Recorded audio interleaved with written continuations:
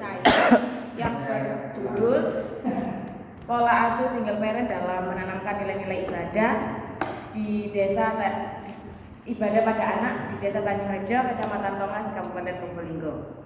Nah, latar belakang saya mengambil judul ini itu karena di desa tersebut ada fenomena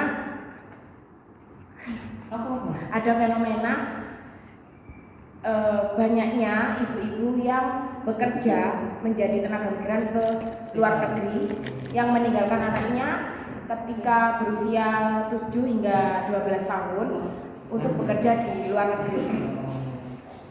Nah, tentunya di situ ada perbedaan pola asuh antara orang tua single parent dan orang tua lengkap. Di sini saya tertarik untuk meneliti pola asuh yang dilakukan oleh orang tua single parent pada anak dalam menanamkan nilai-nilai ibadah. Maksudnya ayahnya yang ngasuh? Ya, ayahnya yang ngasuh. Yang ngasuh. Ya. Apa Pak? Yang ngasuh kan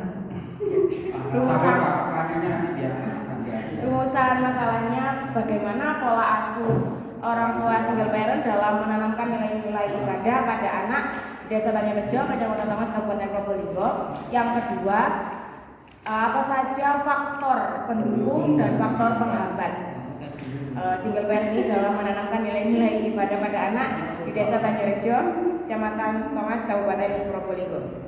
Ya, jelas karena pendukungnya ini penggambar. Ya, metodenya. Enggak on. Katanya paham banyak hasil Studi kasus ya? Bukan. Kualitatif. Kualitatif dengan jenis penelitian lapangan. Oh ya, wis paham itu langsung ke hasil. Hasilnya apa misalnya? Apa yang Anda? Berapa banyak single parent yang di sana? Apa? Ya, hasilnya. Nah, jumlah fokus penelitian saya di sini di Desa Tanjung Rejo ini ada dibagi menjadi 5 dusun, Pak. Ada Kerajaan, Bulak, Merico, Pilang Kacir, sama Kerajaan, Bulak, Merico, Pilang Kacir sama Sumuran. Itu dusunnya. Dusunnya. Jadi desa itu ada 5 dusun, Pak. Kalau kan di desa ada dusunnya. Saya dusun yang Bulaknya. Bulak. Saya meneliti di dusun saya. Fokus penelitian saya ini ada di dusun Bulaknya, Pak, di situ. Nah, nah, untuk jumlah perempuannya di dusun Bulak itu 675 jiwa. Termasuk sama gitu ya? Iya, Pak. Untuk laki-lakinya 623. Nah, seperti itu loh yang harus valid itu. apa, Pak? Ya, Nah, hasil observasi yang saya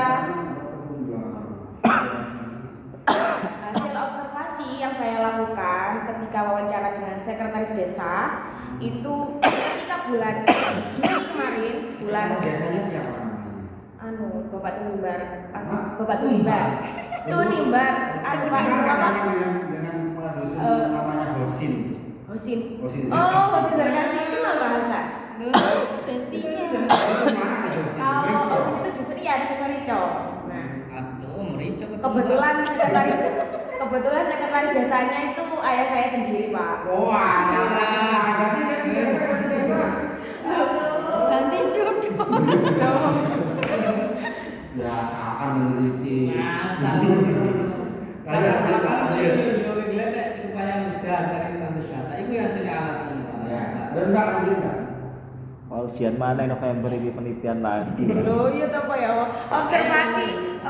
Ketika saya observasi ke kantor desa, saya bertanya di situ ketika bulan Juni ada 8 ibu yang mengurusi perizinan untuk jadi TKI. Kemana? Ya bermacam-macam. Macam-macam, Pak. Ada yang ke Arab, ada yang ke Singapura, ada yang ke. Biarkan dia menjelaskan dulu kita. Ya, ada yang ke Singapura. Banyak mau bertanya, Iya tadi dia minta sampai jam 10. Enggak, maksudnya. Nah, ada 8 orang yang meminta perizinan untuk menjadi TKI. Nah, di situ mencerminkan bahwa banyak ibu-ibu yang minat untuk bekerja menjadi TKW seperti itu. Nah, untuk hasil dalam penelitian ini pola asuh yang dilakukan oleh orang tua, saya meneliti objek yang saya teliti itu ada 5 orang ayah dan 5 orang anaknya. Iya. Dimana di situ Ayo nongkrong. untuk rumusan masalah yang pertama, pola asuh yang dilakukan, Iya, bedaannya. pola asuh yang dilakukan oleh ayah single parent ini bermacam-macam. Nasib seorang lelaki ya di situ. Ya, ya Pak.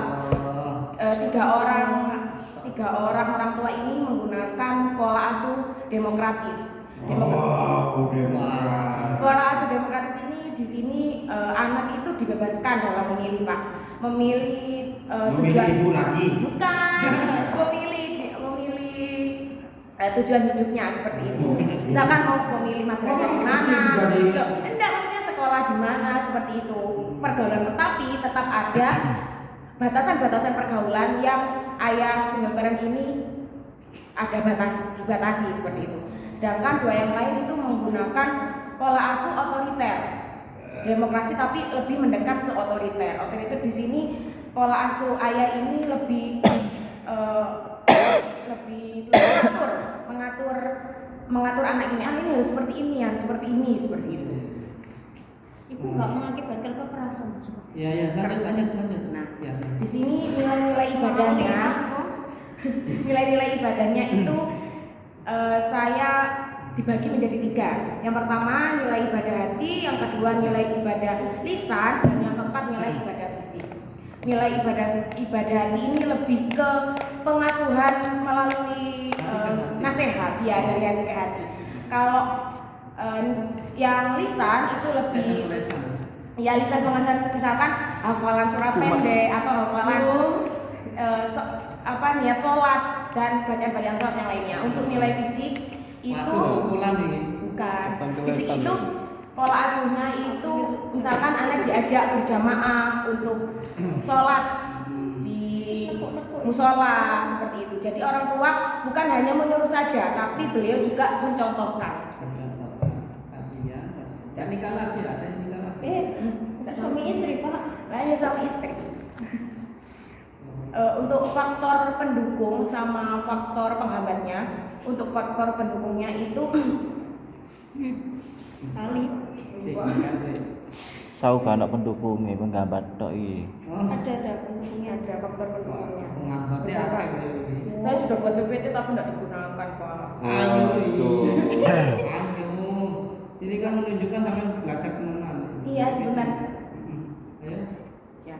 Faktor pendukung dan faktor penghambat, salah satunya yang faktor pendukungnya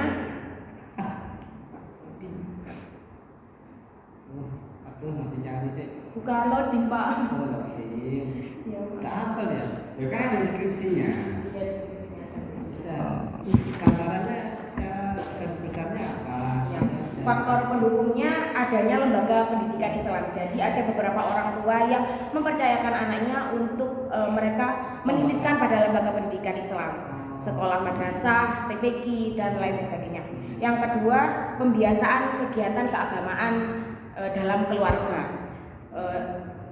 Salah satu objek yang saya wawancarai itu mengatakan ada pembiasaan rutin di rumah, seperti misalkan setelah habis sholat maghrib mengaji dan sebagainya. Nah, itu.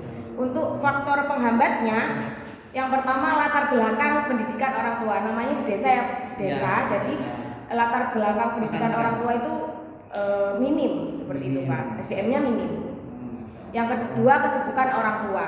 Meskipun istrinya itu bekerja di luar negeri, tapi ada beberapa ayah single parent ini yang juga bekerja. Ada yang jualan bensin, ada yang jadi tukang ojek. Uli bangunan? Uli bangunan ada. Guru? Tidak ada. Tidak ada. Minimnya pendidikannya. Iya sudah. Sudah kan?